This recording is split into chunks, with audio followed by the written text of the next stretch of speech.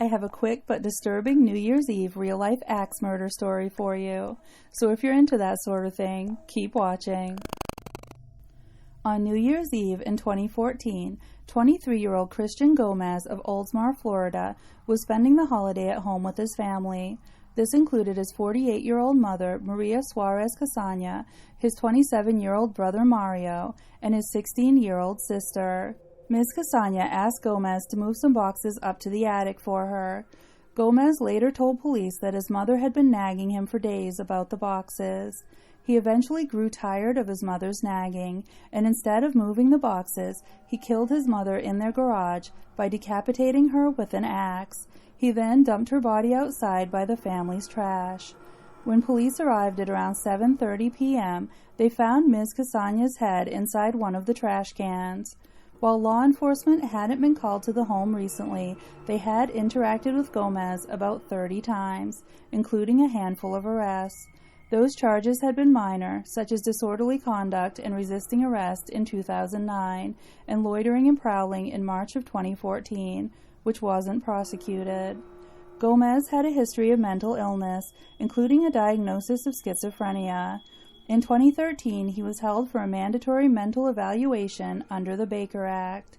In that case, Gomez had been waving a skateboard at a passerby and making incoherent comments, according to police.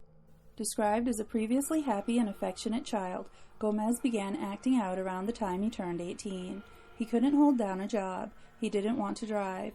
He stopped taking showers because he said his mother and sister were watching him through the television. He isolated himself from the rest of the family, often standing in the backyard talking to God and the stars. Maria Casana had tried everything she could to help her son. He was taken to multiple doctors and was put on a plethora of medications. Still, his frightening and erratic behavior intensified.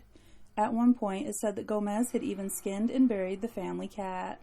Ms. Casana resorted to sleeping with a kitchen knife under her pillow. As a single mother, Maria was unable to afford private inpatient care.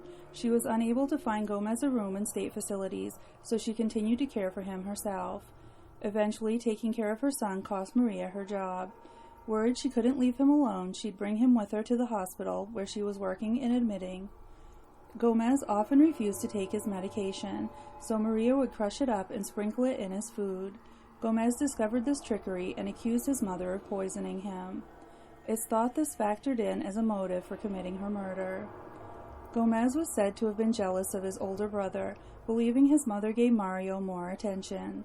As for Gomez's sister, 7 years his junior, he'd begun interacting with her in inappropriate ways. Maria had to make sure the two siblings were never alone in the house. According to family members, Gomez's sister is absolutely terrified of him. On the afternoon of December 30th, 2014, Gomez's grandparents took him for a regularly scheduled visit with a therapist, where it was decided he needed to find a new psychiatrist. The next day, Gomez cut off his mother's head. Pinellas County Sheriff Bob Galtieri was quoted as saying, "I don't think it gets much worse than that. This whole circumstance is probably one of the worst, certainly, that we've ever seen, with a decapitation and the head stuck in a garbage can. It's terrible." Gomez had spent 2 days planning the killing of his mother. After chopping off her head, he carried it out of the garage and placed it in the trash can near the house. Next, he dragged her body outside, but was unable to lift it into the trash can. Gomez then left the house on a bicycle.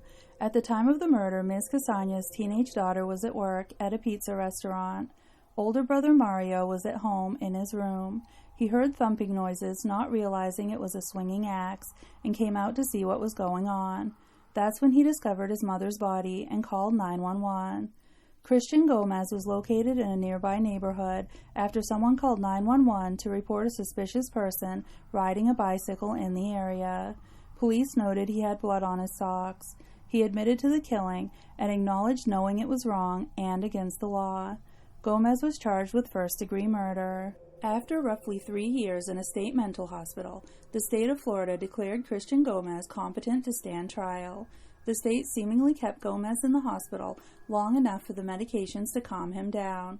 Where he once was attacking corrections officers, he was eventually able to sit at a table without wearing shackles and discuss the ramifications of a plea agreement.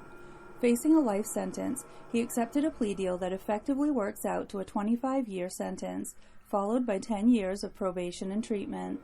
Factoring in time already served and the possibility of an early release, he could potentially be free in another 20 years or so. What do you think? Leave it in the comments below. Thanks so much for watching.